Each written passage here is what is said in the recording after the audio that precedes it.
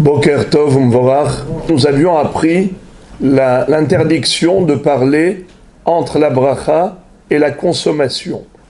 Mais maintenant, la question se pose, qu'appelle-t-on consommation pour se permettre de parler?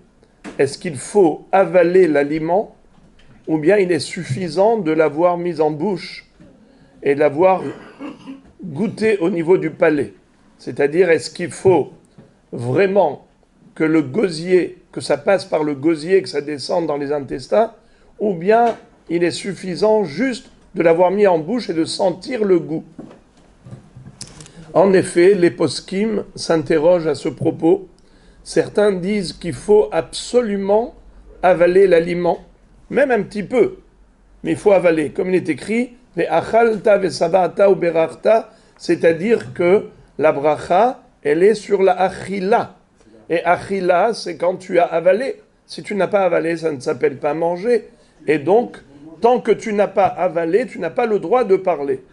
Puisque après la bracha, jusqu'à la consommation, tu n'as pas le droit de parler. Donc tu n'as pas le droit de parler tant que tu n'as pas avalé au moins un petit bout. Mais d'autres disent que non. Que la achila, la bracha plutôt, que Hachamim ont institué pour la consommation, c'est pour le plaisir du palais. Hana'at hech. Est-ce que c'est hana'at me'aim ou hana'at hech?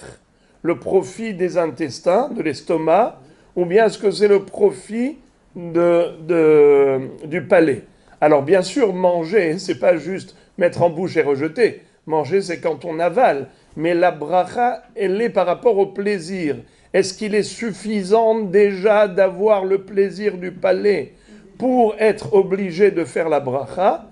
Dans ce cas, celui qui a déjà mis en bouche, il a déjà le goût du palais. Alors c'est bon.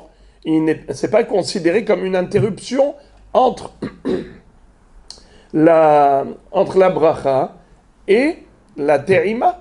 Il a goûté, donc il n'y a pas d'interruption. Bien sûr qu'après il va avaler, mais on peut dire qu'il a le droit de parler dès qu'il a mis en bouche et qu'il sent le goût. Il met le bonbon, ça y est, il sent le goût. Il a mis une pomme ou quelque chose comme ça, il sent le goût, c'est bon, ça y est, il peut parler. Il a fait la bracha, il a mis en bouche, il sent le goût, il peut parler. Mais il y a d'autres qui disent que non. La bracha n'a pas été instituée que pour le goût du palais, aussi pour le goût de Me'aim. Alors il faut d'abord avaler avant de parler. Alors, le dîner est comme ça. Les Maaseh, puisqu'on a une discussion. Le Rav Ovadia Yosef tranche ainsi. Il dit, a priori et a posteriori. A priori, il ne faut pas parler tant que tu n'as pas avalé un petit bout. Tu as fait la bracha, tu as mis en bouche, avale d'abord un petit bout, et maintenant tu parles. Mais si tu as parlé juste après avoir mis en bouche et tu as senti le goût, tu n'as pas encore avalé, ne recommence pas la bracha. C'est bon. Ne recommence pas la bracha pour autant, car quelle est la règle? Ça fait berachot lehakel. Quand on a un débat, est-ce qu'il faut refaire oui ou non? Alors, puisque tu as senti le goût, alors c'est bon, ne recommence pas la bracha. Mais de préférence, mange d'abord un petit bout et après tu parles.